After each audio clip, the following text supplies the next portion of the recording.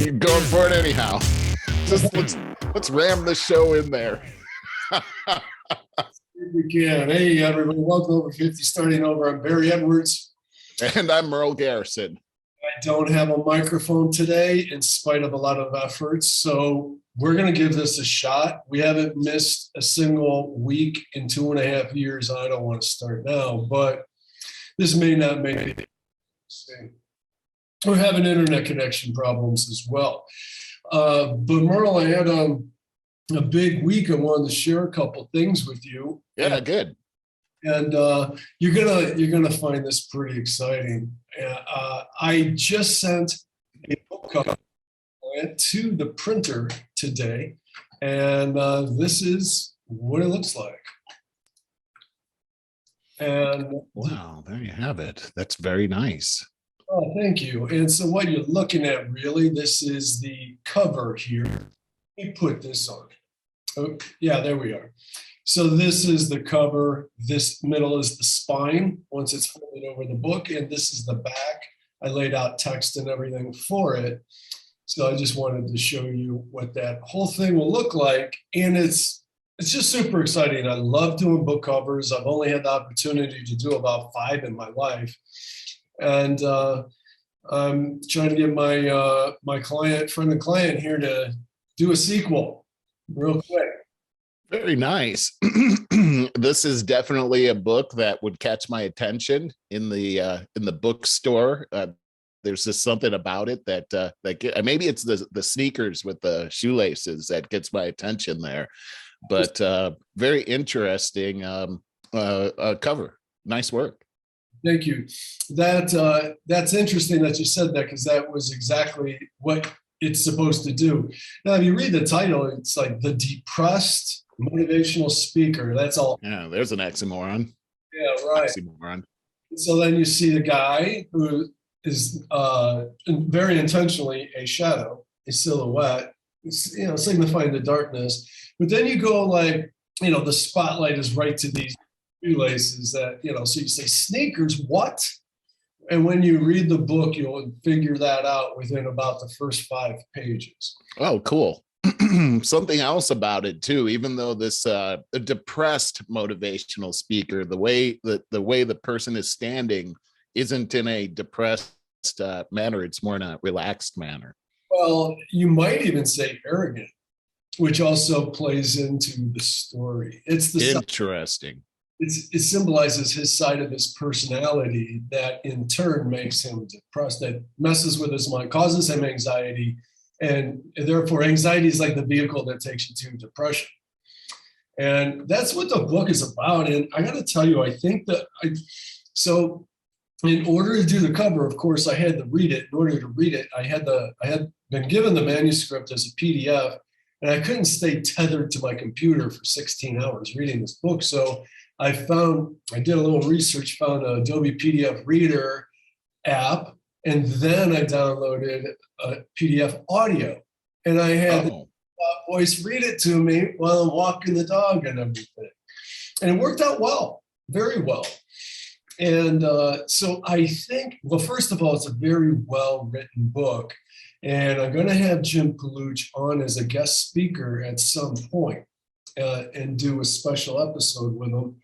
But the subject matter is riveting because I've not heard anyone really talk about depression in a really relatable way. And then on the journey, this guy has a suicide attempt very early in the book. Is this about him or is it fictional? It's about him, but taking a step further. What do you want to say? Exaggerate. He says he's battled depression throughout his life, but he's known other people that have as well. And so he just let his imagination run the course. And he's been a motivational speaker for 40 years and has taught or spoken in front of hundreds of thousands of people. So he's known a lot of people and a lot of circumstances. So he really clearly knew what he was talking about when he wrote this. But it's not just about dealing with the depression. It's about bottoming out from it and recovering from it. And it's a Mhm. kind of methodology that comes about. I think it's a fascinating book, and I'm going to help market the thing. And so it's coming out soon. I'm going to, on Facebook, start posting my initial proofs. And people like to do these design contests on my page and see where that takes us. And I want people to start to buy into the whole thing, feel a little bit of Fun. just for kicks. I want to show you something kind of fun, fun and cool. And that is the creation process. Just for this, just take a second if I can find this thing. Okay, so this is my original art. And Okay. Where'd you come up with that? How did you come up with that? well, that was quite a evolutionary process, and I'd have to pull up a bunch of other files on its evolution.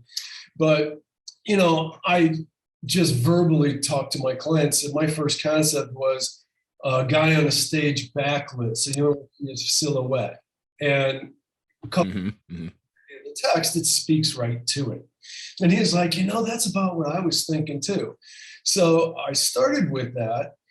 I don't want to give away why I ended up with a guy in this kind of rather arrogant stance wearing tennis shoes, because the giveaway's in the book.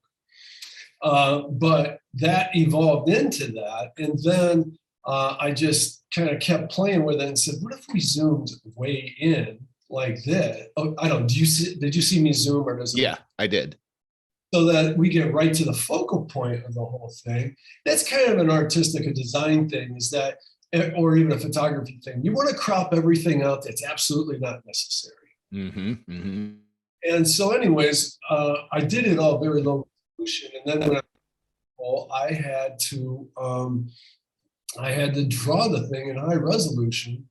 And so I wanted to show, just briefly, just quickly, I just wanted to show you this.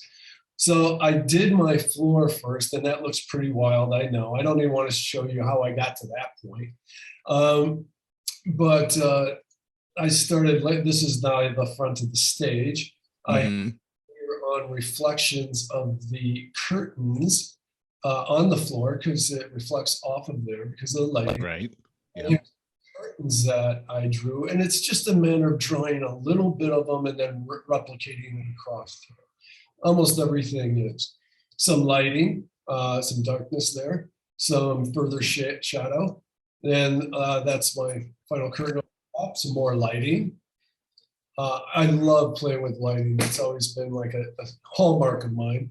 More lighting. It's got to do the spotlight on the floor. Oh, that's a filter. That I mean, that looks cool, yes. But for the mood, I needed that filter right there. And a spotlight on the floor, and more. You see my lights all right there. Yep. Shadow. Oops, another shadow under his feet there. The guy himself, I Googled, and I want to be sensitive about this. I couldn't get a copyright infringement because of you're not seeing the likeness, but it was a fashion model. Oh, that was silhouetted, or you silhouetted it? I silhouetted it so Gotcha. that I could use it as such. And my chair's down there at the bottom. Just drew one chair and then replicated it. But that dude had the most punchable face. That's why I can relate to that. It's, and then what's that? The final lighting right there. So that's how that all came out. It's very high res, so I'm sure we'll be using it for other stuff in the future. But man, I love doing that work. If I could do that stuff in logos all day, every day, I'd be a very happy man. Pretty cool stuff, Barry. I mean, typically we don't get to see how the cake is baked when it comes to these types of things. I always wonder, how did they come up with that idea or this idea? And here's another thing, that old saying, you can't judge a book by its cover. Well, I agree to some extent on that. There's hints on the cover about what the book is going to be like typically. And so, believe it or not, when people are in the bookstore, they are actually judging the book by the cover. I do it all the time. And the other thing too is, I love going to the bookstore, and I love what you're doing there, Barry, because you're adding to the magic of the bookstore by putting those types of covers out there that inspire imagination and interest. And I think that this author is going to do very well with your work on the label, which is the cover. So congratulations on getting that out. I know you worked really hard on that. I certainly did, and really enjoyed it. What a cool way to put that, adding to the magic of the bookstore. Oh, I'm telling you. So, Barry, I went to Borders the other day. I haven't been to Borders for a few months. I love books.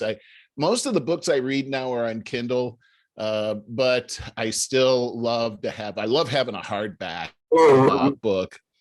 And, sort of like going into the bike shop, there's a smell, like the atmosphere, and I just get all giddy. It's the same thing when I go to a bookstore. The first thing I do when I go into a bookstore is I go, I could stay there for hours, man. I love it there. I know I'm a freak, but I know I'm not alone on that whole thing. And there's other people that feel the same way. So thank you for doing that. I appreciate that. Well, we used to have a really nice Borders out here, but that closed up like 10 years ago. I'm sorry, it's Barnes and Noble that I went to because Borders was my favorite. There was just something about Borders that I loved, and yeah, I was so bummed out when that store closed. Barnes and Noble's a close second, but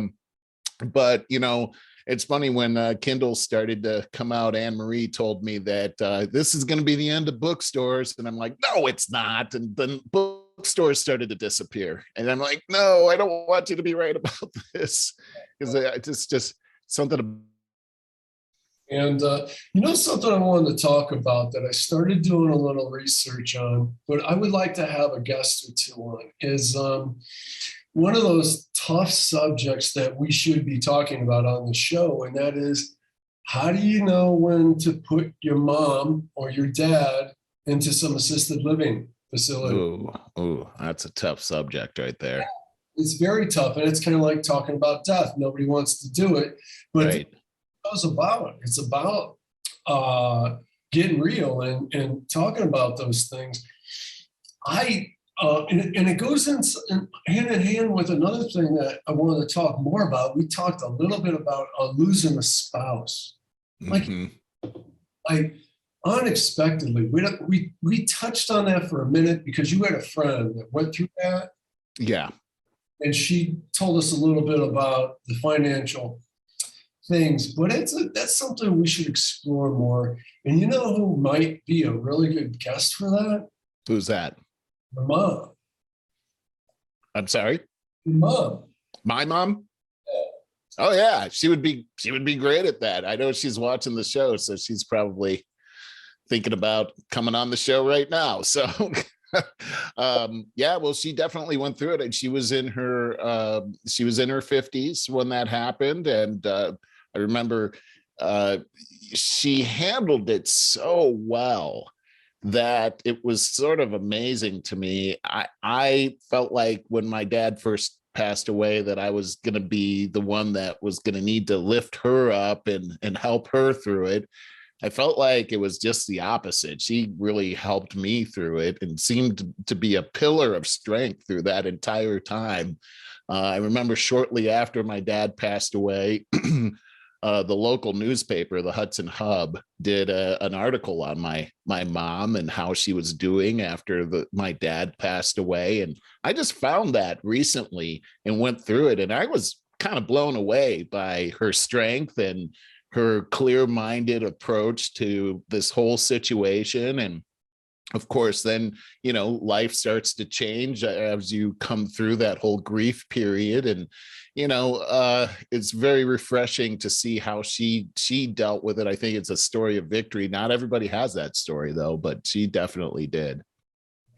So I think that, that's something we should think about. But I also say that for listeners, if you are someone that would be a good contributor to that conversation, losing a spouse in your 50s and the unexpected things that you have to deal with and adjust to, We'd love to either have you on, or if you don't, you don't want to come on, you can just write in and tell us about it. We'll share it.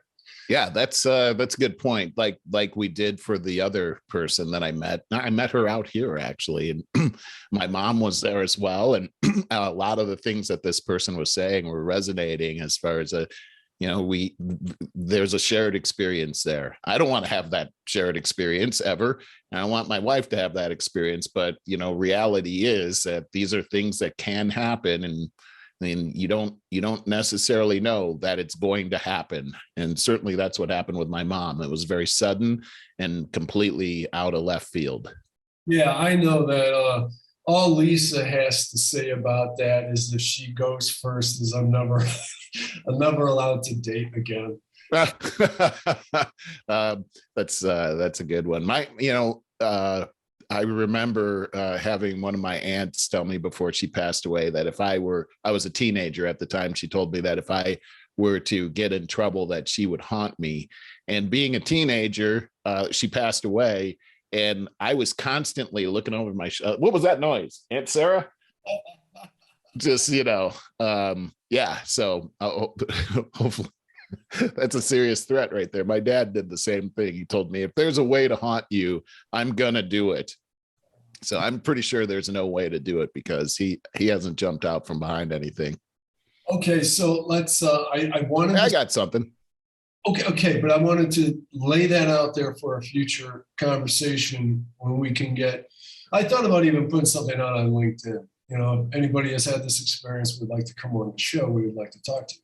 Yeah, that could be very emotional. I'm a softie when it comes to this kind of stuff. Okay, so I want to get in what you said you had something. I do. This is for the over 50 starting over point. I just wanted to read something here that I found very inspiring, and it's an article that I had someone forwarded this to me from an organization called Awaken the World Through Enlightened Media. And this one it's very positive. It says the most productive age in human life is between 60 and 70 years of age. Something we don't really think about very often, but let me just read a little bit of this. It says, you may be thinking that you're too old to start a business or make a difference. As a baby boomer, I can tell you the most productive age in human life is between 60 and 70 years of age. What's even better, the possibilities of your future are endless. So get this, the most productive age in human life between 60 and 70, he says this, the second most productive stage in human life is between 70 and 80 years of age. So it just keeps getting better and better. The third most productive stage is between 50 and 60 years of age. Well, here's some stats. The average age of Nobel Prize winners, 62 years old.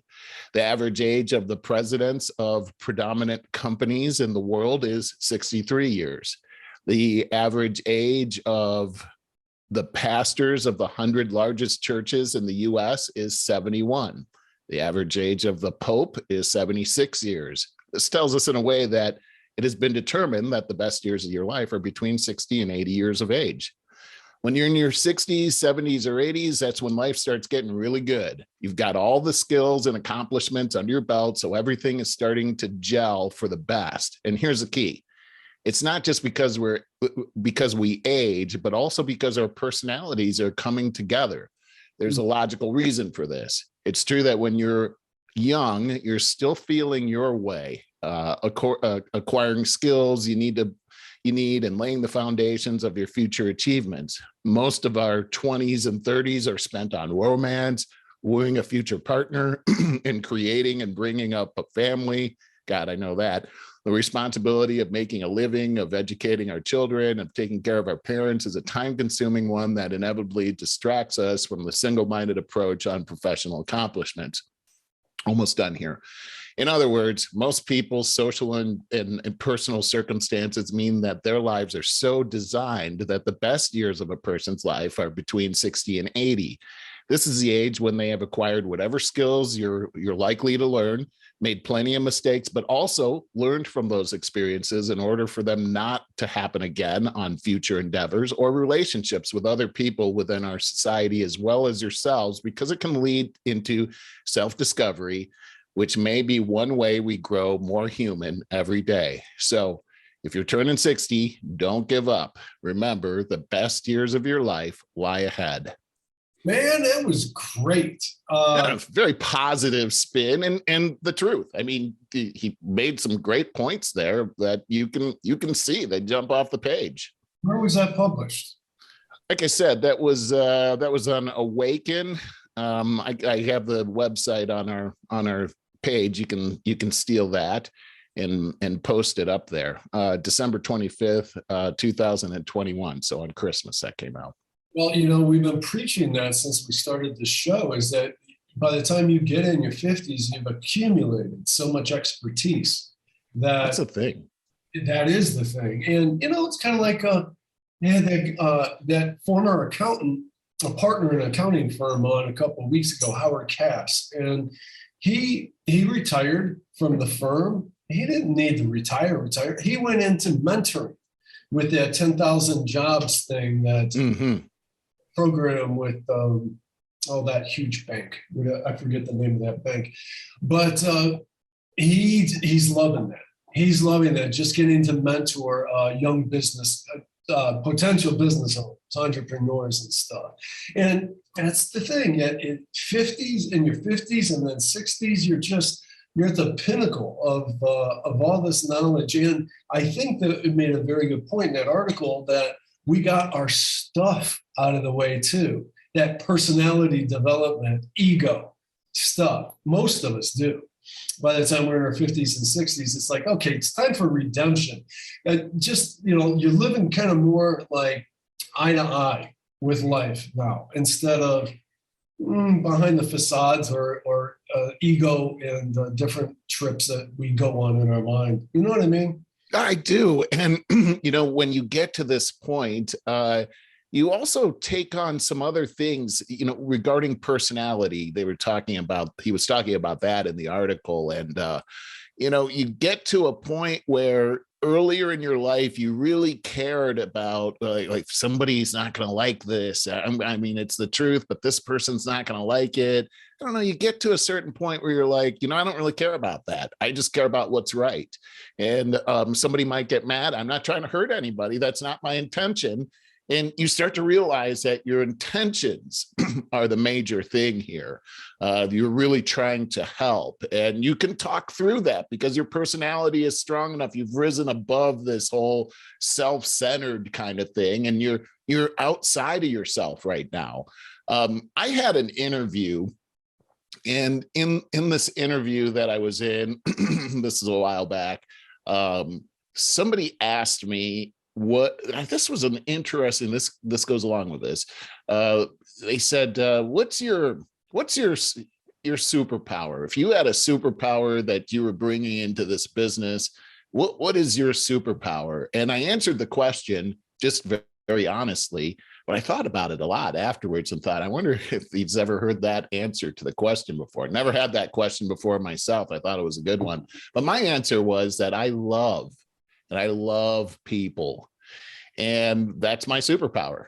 And it's not the kind of love where, it's that agape kind of love is what I'm trying to say, the kind where I'm outside of myself, and I really get a lot of joy and pleasure from helping other people, sort of like this person you were talking about that you interviewed. He's mentoring people. There's a joy that comes with that type of thing that I don't think you could feel when you're younger, because there's so much inside of your own self and self-conscious that when you get to a certain age, you can put that love on. You've developed this love, right?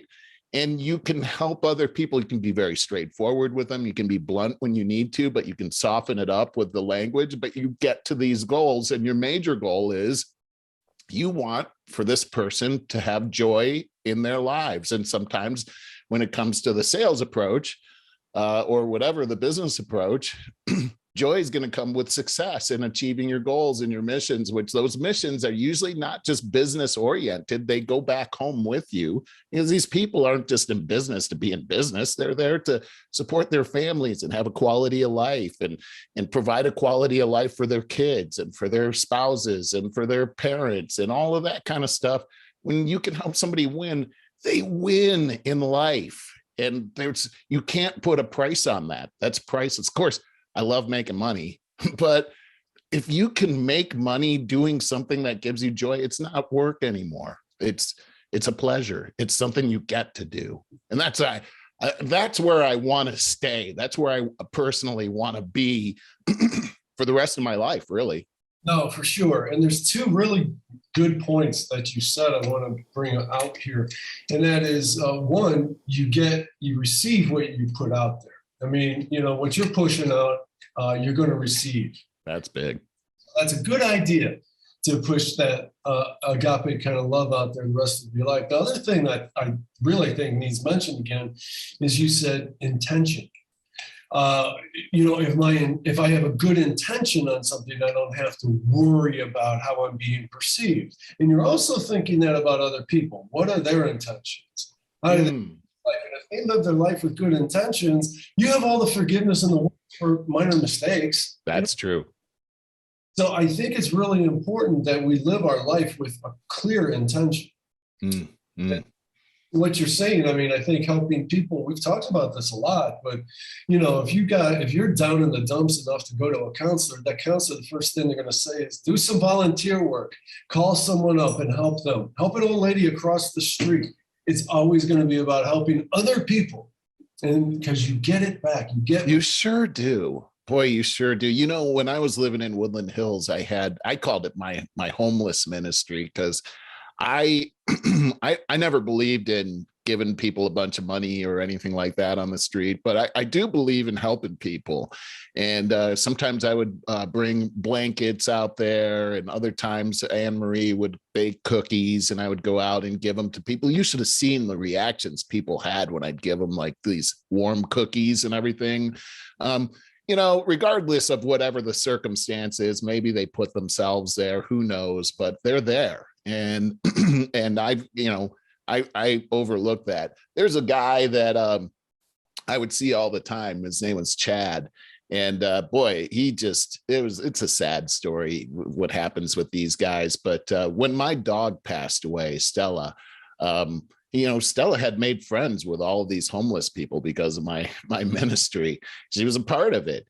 And I had to go up to the vet, which was just down the street. I walked down there and I had to pick up the box, and she had been cremated, and I was bringing it home, and I was crushed. You know how it is. It was just terrible. It was a long walk home with this box, and I saw Chad.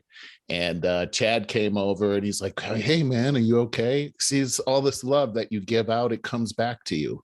And I'm like, and I held up the box. I could almost cry telling you the story. And I said, this is Stella. Oh, my gosh, Barry. This guy started to wail. I mean, he was crying so hard. Apparently, he loved Stella, but Stella reminded him of a dog that he had growing up. And we sat down outside of this retail establishment, and we both cried together. And it was such a wonderful kind of, it was sort of healing. And also I felt that I was getting back what I put into this relationship at the same time. Funny thing is that while this was happening, we didn't realize that this establishment was a weed dispensary, and we had caught the attention of the armed police officers inside, who came out and rudely chased us away. Oh, well, so much for that. But it was pretty nice that people just, when you care about other people, they care about you.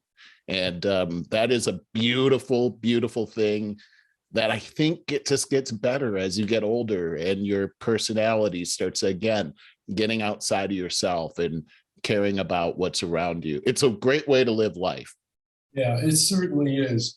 Did I tell you, I don't remember, honestly, if it was early this week or if this was last week, because maybe I said this on the last podcast, but oh God, Charlie got me up at 2 a.m. I'm sure it was this week, I think, like Monday or Tuesday. He got me up at 2 a.m. and he was just, all full of energy. I could not get back to sleep. So I'm going through what movies are free on YouTube. And I run across Marley and Me. Oh yeah, I haven't seen that.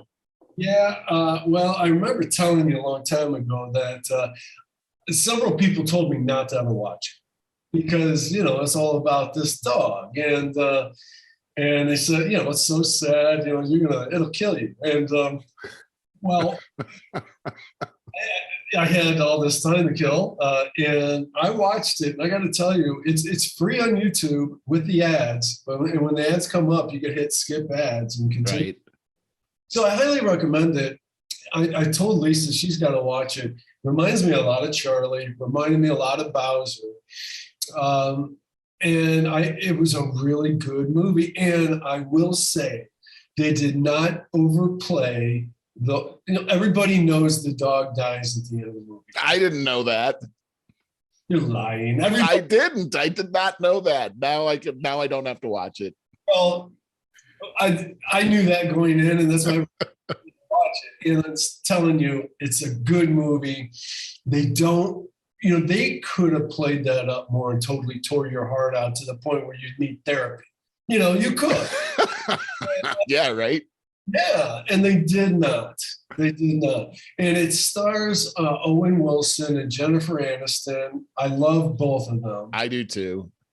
Watch the movie. It's really good. All right. I've seen just the very beginning of it and then didn't watch the rest of it. Maybe I had a sixth sense that the dog was gonna die, and I was like, I can't do this. Because man, movies where the dog dies, they rip your heart out. I'll never forget watching Old Yeller and Where the Red Fern Grows. Oh my gosh, those are terrible endings. It should be against the law to do that. But it should be. You're right. No, and I'll tell you too, what was great about the movie, it was way more than just about this dog. It was really about this young couple that are in love, then they get married, then they have kids, they move from Michigan out to Florida, work their way up in their careers and buy this really nice house, and the photography is beautiful. It's worth watching the movie just for the photography, the shots. And then they move somewhere else, and I don't want to give too much away, but and then it's beautiful, even more beautiful there. And they have kids, and it's really about going through life. It really, wow, that's part of life. Yeah. Interesting. I like the concept there. Pretty cool stuff. You didn't put up your movie thing before you talked about the movie. No, I was going there. Because I got a movie I wanted to talk about, and I just saw it last night. So go ahead and put that up there. But it was and you know what I did? Usually I do research on the movie before I come on, but I just saw it last night, and I wasn't planning on talking about this, but it was called Tammy Faye. And it was about Tammy Faye Bakker. Right. And I remember when the movie came out, I didn't want to watch it because I don't know, those, her and her husband just crashed and burned so hard. And it was just an embarrassment to Christianity in general. But, we watched it last night, and I got to tell you, I thought it was a pretty good movie. And the person that played Tammy Faye, and I can't remember her. Oh no, you froze her name now, but she was really excellent. And well, am I there now? No, you're not. Now you're frozen. Okay. So anyway, so Tammy Faye, good movie. Doggone it. This probably has something to do with. Oh, you're frozen. Tammy Faye. All right. So, type in movie Tammy Faye and see if I can find out who stars in that. If I can do it real quickly. Oh, you're back. I thought. Yeah, I'm here. All time. No, that's good. Oh, that's cool because you're gone again. If you pull it up, the actress Tammy Faye was outstanding. Called The Eyes of Tammy Faye. Maybe. Jessica Chastain. She's a good actor. Yeah, that's it. Yep, that's it. She was outstanding. And the thing is by the end of the movie, you're like, you could see sort of parts of yourself in Tammy Faye, It really humanized her, and you could see all of her vulnerabilities, and Yeah, like they made her out to really just be a genuine person. okay. Did they ever explain that crazy eye makeup? It's funny because they started out the movie, where she was talking about that and saying that that's just her. The movie itself was really portraying Tammy Faye as a person. It's funny because this is kind of what we were talking about, a person that wasn't afraid to be herself. And even if Frozen, other people didn't find it, she was a person that definitely wasn't afraid to go out there and just be herself and let God guide her, even though she was making mistakes along the way. She seemed to be able to rise up from her mistakes and really turn the whole situation around. And it's funny because the eyes of Tammy Faye, this actress, really, her eyes, it was amazing. There was just really something about what she did with her eyes. The sincerity, really, that was in her eyes in the movie was it captured my heart on that whole thing. And I saw the whole situation a bit differently. It didn't portray the Christian organized religion in a very favorable light, but I could totally see that coming from secular Hollywood, and these, especially regarding these televangelists. And so take it for what it's worth. It's got a pretty good score on Rotten Tomatoes. The audience rating on that was 87%. That's really high. So I think it's a great movie. You know what I wanted to tell you about? I don't remember the name of this movie. It was actually a short series. It's kind of on the tip of my tongue, and I just watched it about a month or two ago. And it was really good. You would, because it was clearly ripping on religion, Christianity, but it did it in a very smart way. And I take it as a pretty neutral person, I took it as a really good warning, because anything can happen. First of all, I think mostly Christianity or someone's faith does people way more good than it does harm. Generally speaking, it's just when it's abused, and that's what's always in the forefront now in Hollywood or what have you. But this movie was about on this island, and it was a rather small island, and it was really depressing, very dark, very cold place, and it was very religious. So they had one preacher on this island and one church, and most everybody went to it, and they were very religious. Well, he goes off to Jerusalem or something. He's very old. Goes off to Jerusalem or something for some kind of a religious thing, and never seems to come back. But this younger guy comes back and takes over the parish. Is that the right word?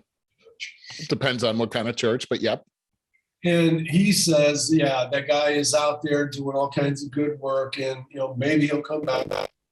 But then since I don't remember the name of the series and everything, I'll go ahead and spill the beans, because it was a series of about 8 episodes, mini series, whatever, maybe 6.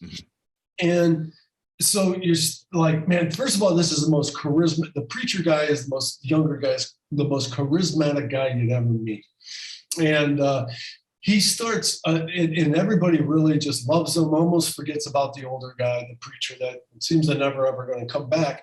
But there's this legend about some kind of a monster on the island that swoops people up, something like that, every now and then. And so it's kind of a horror movie. And you're not seeing the monster, but these kids go out partying, and one of them dies as a result, and that all happens. And there's different characters, there's the preacher's right-hand woman, whatever her role would really be called, I don't know, but she's a real kiss ass, and she can spin biblical stuff on any situation at any given time, man. She quoting scripture. So, God, I forget how it does this slow burn leading up to it, and they never say this, but the truth of the matter is the younger preacher is the older guy. This comes out towards the end. So when the old guy went off to wherever that was to do his stuff, weather kicked up or something, and he was out in the middle of nowhere, and he went into this cave, and he ends up getting bit by a vampire. Oh, oh, wow. I wasn't expecting that. All of a sudden, this is late in the series. So now you're going all the way back and you're like, oh, okay, now things are making sense. What happened all the way through here? So he got younger from being bitten by this vampire. Yeah, he's a vampire, right? So he comes back and he's still the religious guy. He does not want to be drinking anyone's blood or anything like that. Oh, the animals, all these dead animals are being, right? And so it's called something like midnight mass. That's what it's called. Oh my gosh. Okay. I'm going to do only midnight mass because he can't go out in the sunlight. And so his woman that I was telling you about that can quote scripture for any given thing, you're totally frozen. So I hope that you're still hearing me. Well, she convinces everybody that it's all okay, that he's all okay, and they've been giving everybody a little bit of blood in the wine at the mass, his blood, so they're getting little bits of doses of being a vampire. Oh my gosh. So they're all turning into vampires? He's actually getting healthier. He's doing the healing stuff. He's doing that healing stuff, but it's right. Healing because of the vampire blood. Oh my gosh, this is crazy, Barry. What a crazy movie this is. What they're doing is showing you how and so at the end, God, I'm totally ruining the whole thing, but whatever at this point. So at the end, there's like the one big midnight mass that leads up to, and the whole everything on the island is going to change. God is going to come. It is the reckoning, and everybody's on board because of all these miracles they've been witnessing. But it's all because of this vampirism. Well, they go in there, the doors are locked, and he convinces the one guy to come up and drink this poison and die. And he says he's going to be reborn in the name of God. He's going to be reborn. So because all these people have been given vampire blood. Right. Dies, and it's horrific. This really gross, horrific death and being poisoned, throwing up, and he then, and everybody's horrified and trying to get out, and they can't get out. And then the guy rises from the dead because now he's a vampire. Oh, geez. So now other people are like, okay, give me that poison. And all these people start drinking it and they turn into vampires, but about half of them won't and know what's going on. Right before that, like when they're at the height of being flipped out, they're like, that guy's going to die. What's up? And the one guy in the back in the big overcoat and hat, real dark, who's always kind of in the background through the show, comes up onto the stage and takes his hat off and coat off, and these giant wings. He looks like a man bat. Oh boy. Wings come out. But this lady's still quoting the scripture and telling them how he's an angel because he's got wings. He's the angel. So this whole thing is telling you the moral to the story is how you can take Christianity and bamboozle anybody into thinking anything. Yeah. Because you can quote the scripture for any given thing. And like I said, interesting. And everybody starts drinking all the poison and getting reborn as vampires. Then it's a whole big bloodbath, right? So that's what the movie's all about. So it's really well done, really intelligent. What a spin. And if I didn't give the whole thing away, I'd say you should check it out. But now you know the whole thing. So. But it's an interesting concept about the fact that Christianity can be corrupted into something that's completely anti-Christianity. And the Bible itself warns about that, the old wolves in sheep's clothing. That's really what that's about. And what it's really referring to is people in leadership in the church coming to you and appearing like they're on God's side, but they're not. And they're using the church for their own purposes, or to corrupt themselves, or to make themselves feel good about themselves. There's a lot of different reasons for this, but and we've seen, like, for instance, when you started talking about they were on this island, I wanted to ask, was the island Guyana? Because the Guyana tragedy with Jim Jones. Are you familiar with that? No. Oh, well, this is where the old he's drinking the Kool-Aid comes from. Jim Jones made his whole church drink this poison Kool-Aid, and they all died on the island. A really horrible thing back in the 70s. But this is a total corruption of Christianity. You see this happen with cults as well, where people say that they're Jesus Christ, and they're very charismatic people, and they're able to fool people. One of the things that is in the Bible that's interesting is that the devil goes around like a roaring lion, looking for whom he may devour. And the fact is that Jesus is depicted in the Bible as the Lion of Judah. So in other words, the devil is going around acting like he's Jesus, roaring at people, making people feel like that God is mad at them and has rejected them or wants to kill them. And this is his gimmick. This is his modus operandi, right? This is how he works. And so many people have fallen for that. And the other thing in the Bible is he never quotes scripture. He quotes scripture all the time in the Bible, but he always leaves out some little tiny detail. So this is why, for Christians, they need to know the Bible for themselves. Don't rely on somebody else to tell them all this stuff. Look into it for yourself. Anyway, I could go on and on about that, but an interesting movie illustrating exactly what it actually says in the Bible. Look out, there's vampires out there.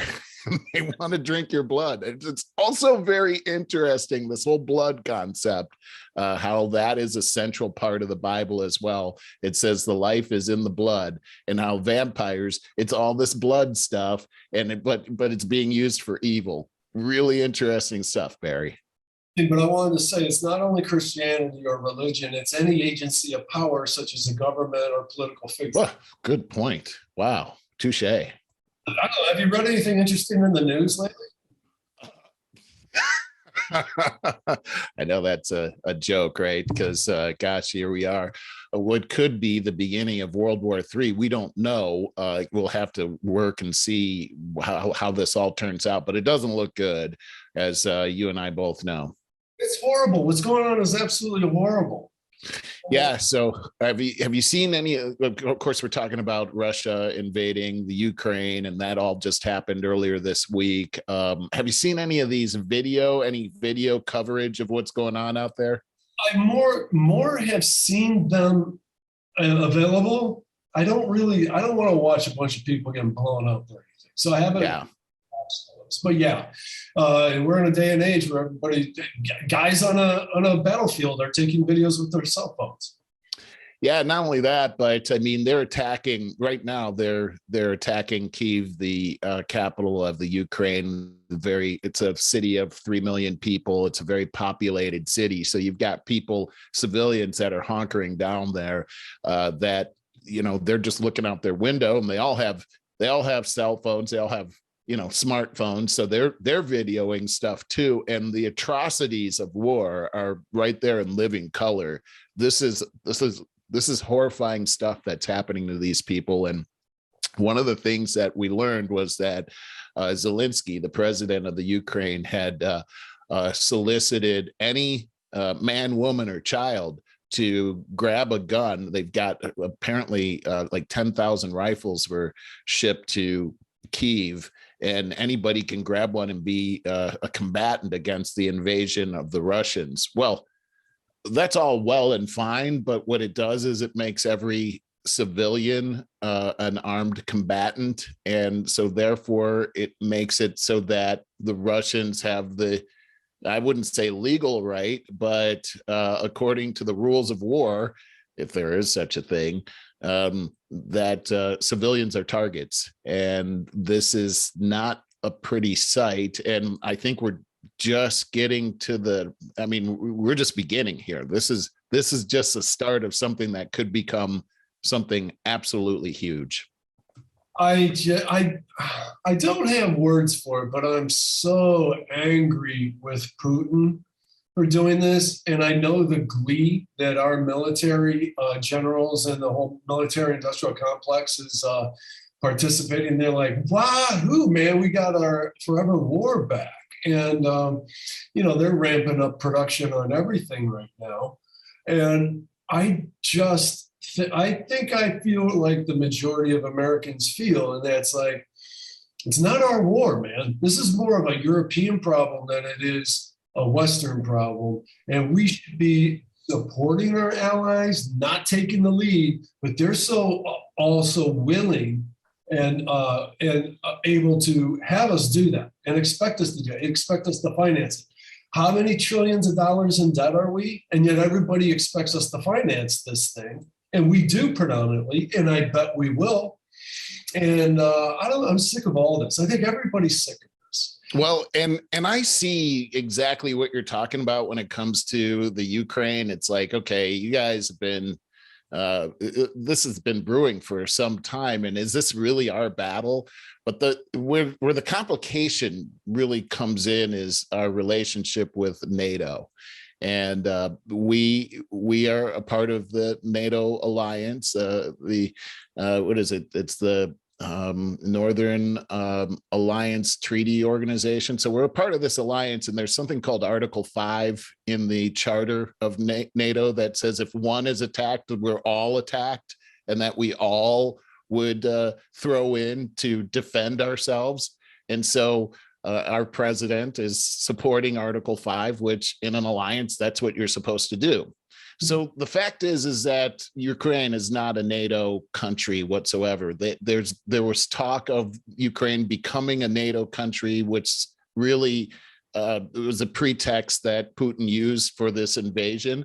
And the fact is, if you take a look at the geography of Ukraine, it's bordered on the east by Russia, but on the northern and western side, there's all these NATO countries that are right there. So there's a few problems here. One is that they look at the fact that you're going to get refugees coming out of Ukraine that are going into these NATO countries. And we've sent troops out to Poland and Belarus, I believe, and these and in preparation for these refugees that are coming over. The big fear is that these Russian soldiers would infiltrate the refugees and come into these NATO countries. So, and when you take a look at what is Putin's ultimate objective here, is it the reunification of Ukraine with Russia, as in the former Soviet Union, or is it a bigger thing, which many experts believe that this is really what his goal is to recreate the Soviet Union, which includes what's called the Eastern Bloc. You've got Poland, you've got Lithuania, you've got Latvia, you've got Romania. These were all a part of the old Soviet Union, which as an ex-KGB agent, Putin was a part of. And he gave a speech recently within the last week talking about the reasons for invasion. And it was all about returning to the glory days of the Russian Empire.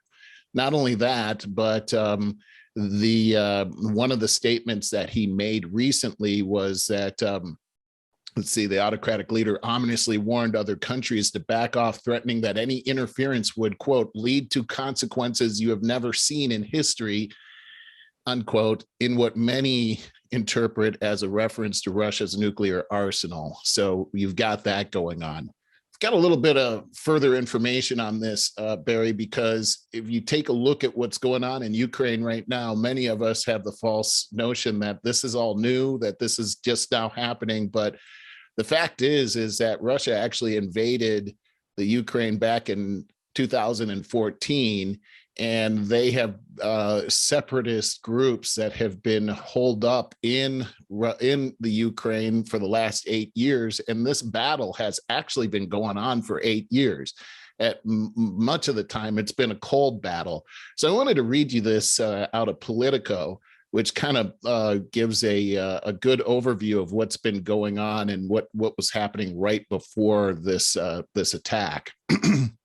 It says in here, this just came out, it's called Kill Your Commanding Officer on the Front Lines of Putin's Digital War with Ukraine. I find this to be very interesting because this is the new war that we're dealing with.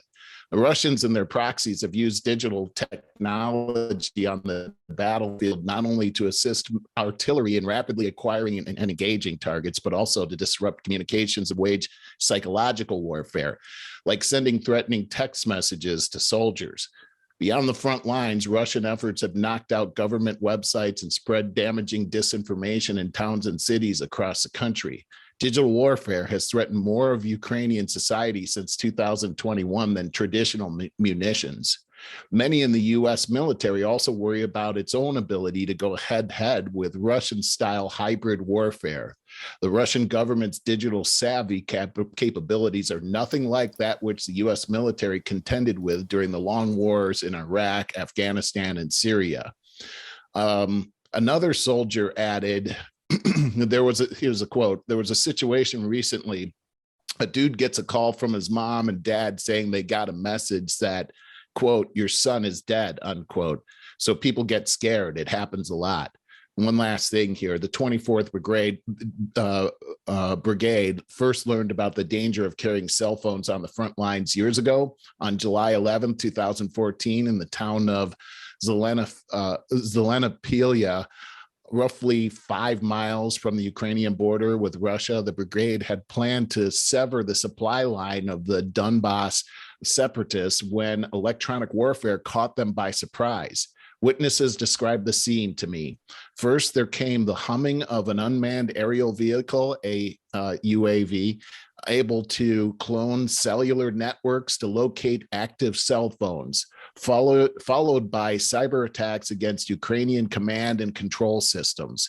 Their communication systems disabled. Ukrainian forces were unable to coordinate with one another. Then short-range rocket systems from inside Russia disabled 2 battalions, including T-64 tanks and amphibious tracked vehicles. 3 trucks carrying troops exploded. Stumbling from the transport, one soldier clutched his entrails and shouted for his mother. The attack killed 30 Ukrainians and wounded hundreds, and it lasted roughly 2 minutes. This is the new warfare that we're dealing with. It's psychological warfare. It's called hybrid warfare. These are non-conventional methods of warfare. So really, what's happening through cyber attacks, the ability for them to collect cell phone information, which, by the way, the Russians own all the cell phone towers in Ukraine.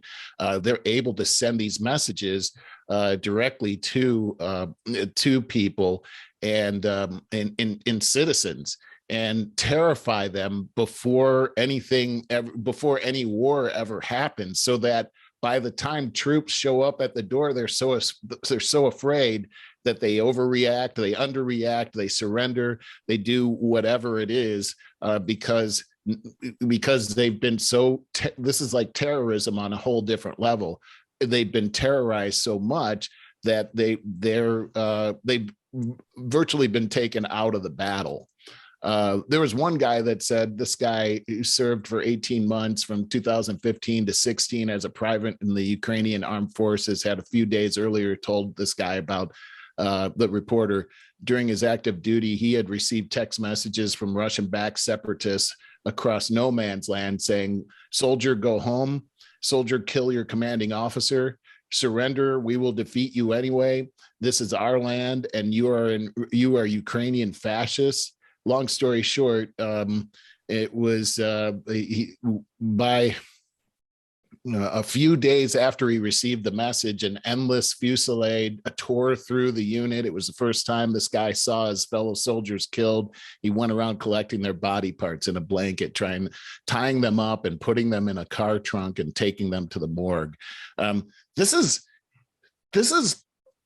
a whole nother level of warfare and what can happen. The fear that can come out of this type of hybrid warfare is something we haven't seen before, something that our troops aren't used to, and it's a new day. And that's what I'm saying, is that the result of this war could be a change that happens all across the world to prepare ourselves for an attack that could happen here. Already what we're seeing in our own world here in the US is businesses are hunkering down right now and looking at their cyber plans. They're looking at their plans to combat against espionage, because what we've seen here with this type of warfare is it starts in one place and quickly expands all over the place.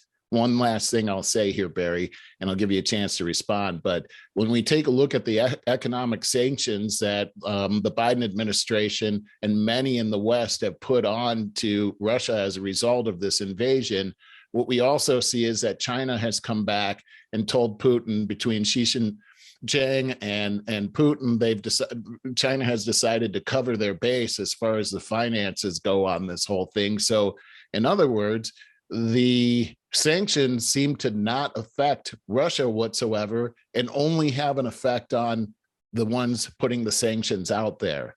And what we're about to see here is the larger gasoline prices happening, larger oil prices happening, and that boils down to our everyday experiences where we're shopping, because every product on the shelf relies on fuel to get it there. So we'll see rising prices.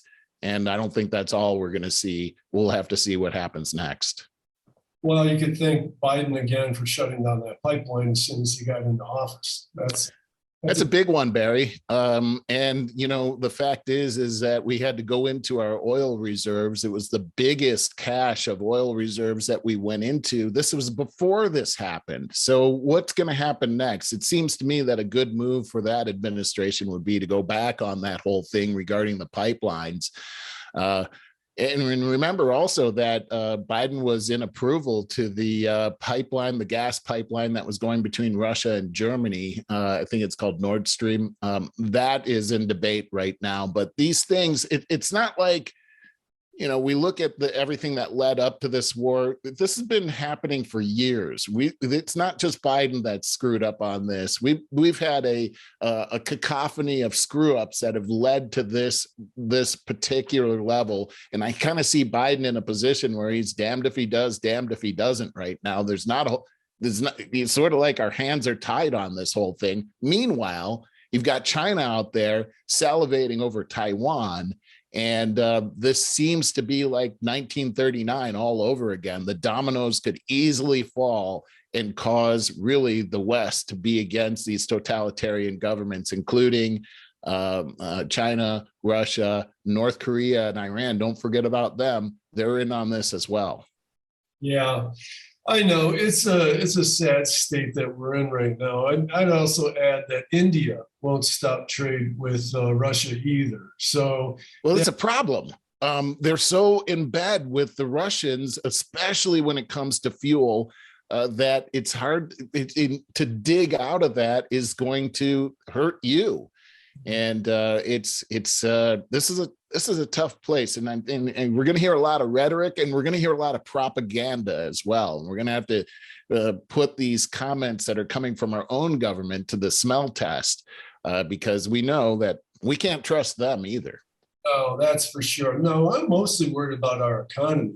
Our economy can't take any more kicks to the stomach, you know, and as far in debt as we are already, and then to put the problem with our gas supply is going to be huge. The problem with oil, and man, we can't get off of these fossil fuels quick enough. If you ask me, Rogan had a good podcast the other day to counter the points made of the previous guest that he had on not too long ago, who was very anti getting off fossil fuels. He's a guy that got bought off by the fossil fuel industry and changed all of his tune around into talking points about how great fossil fuels are. And so Rogan had a guy on just the other day, at least it seemed like that to me, could have been a few weeks ago, but who challenged, he gave all these points about how actually wind and solar are very cheap, and as cheap as natural gas and oil, and he backs it up with real science. I thought it was really good. So it's another one of those things. Well, pick and choose what you want to believe. Well, here's something that I learned last year as a result of the Texas freeze, because remember that whole colossal event. Wind and solar, great. When there's wind and when the sun is out and when snow isn't covering up all your solar panels. That was the problem in Texas, is that it was cloudy and it was snowy, so they weren't able to get the energy from solar, and it wasn't windy, so they couldn't get the energy from the wind. And you got to add another component to this, which is nuclear. And they have nuclear power, but there was no failover system between those three energy producers.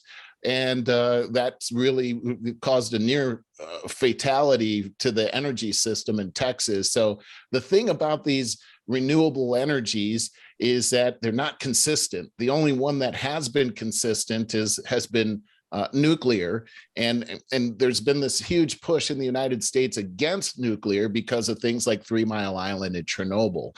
But there are ways to safely back those things up, and the thing is sustainability with this type of power. And right now, wind and solar have vulnerabilities that we already saw in this country. Here's an interesting thing. Is the Russian, so Chernobyl is 80 miles north of Kyiv, and the Russians actually took over Chernobyl yesterday. I'm hearing in the news that several of the Chernobyl employees have been kidnapped and they're being held for ransom right now.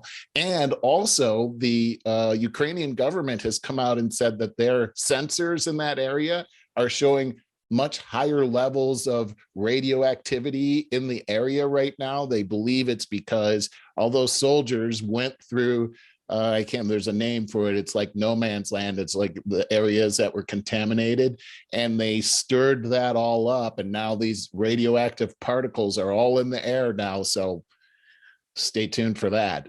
So nuclear's got its downside as well. I don't know what the answer is, Barry, but I agree.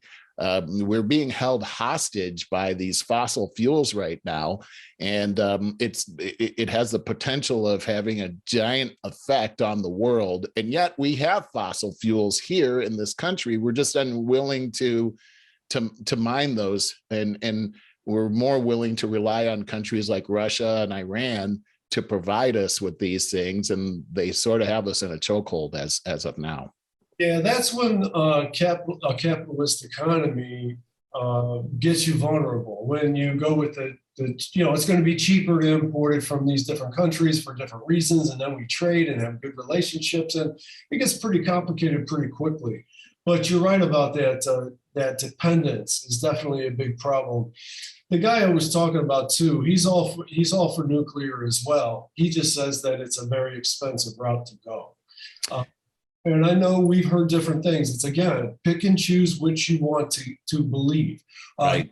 Talked about the Texas thing. The problem wasn't with the solar and windmills. The problem was with the traditional gas thing. Yeah. Well, when they went to try to go to that's true. When they went to try to go to these renewables, it wasn't working for them. And then they almost, their nuclear was down as well. It could have been a lot worse than what ended up happening over there. You've also got a complex that handles their energy that's not a part of the government. I can't remember the name that they have there. I almost said it, but it didn't come out. that is a private organization that's sort of unaccountable, that was in the middle of this whole thing. They're like an energy broker. There was a lot of different problems that were happening over there, but it did come out that, hey, you can't 100% rely on wind and solar. That's what really I got out of it. Advocate for that either. I'm just saying, I think anybody that's listening should listen to that podcast. Of course, I don't have the guy's name right here. But it's another piece of the puzzle. I thought it was another valuable piece of the puzzle. I agree.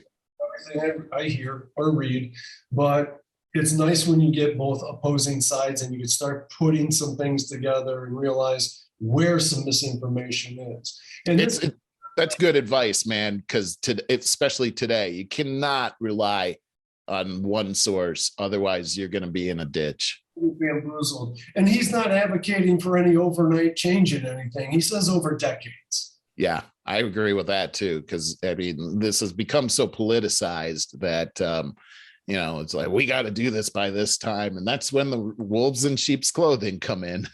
You know what I mean? Another good point that he made is about the electric cars and stuff and batteries. And he said, but the nice thing about science is that the more demand that we will put on electricity, the more profitable it'll be to come up with alternate sources of instead of those certain minerals and elements that are mined for these batteries. That we'll come up with some kind of a synthetic solution to it or something. When the money's right, when somebody can become, multimillionaires from that little solution right there, that it always happens in science. It's a big deal too, Barry, because right now cobalt is a big mineral or element that they need for these batteries, and it can only be found in certain parts of the world, mostly in third world countries. Afghanistan, as a matter of fact, has a huge cache of cobalt. However, mining that is messy. And traditionally, we're seeing that they're using a lot of slave labor and child labor in order to get these minerals right now. So it's a big mess. And then on the flip side of that is these batteries going into landmines and creating an environmental problem as well. So there's no perfect solution here, but that shouldn't cause us to stop looking for solutions and improving the way you're talking about, and using these in tandem with each other and potentially phasing out some over another. But you can't shoot yourself in the foot to be able to do that. And I hear a lot of shoot yourself in the foot kind of talk, like we just got to ruin these oil companies and move over to this. Well, we're not ready to do that. There's a transitional process that has a logical transitional process that we really need to focus on. Right. Where do you want to go from here?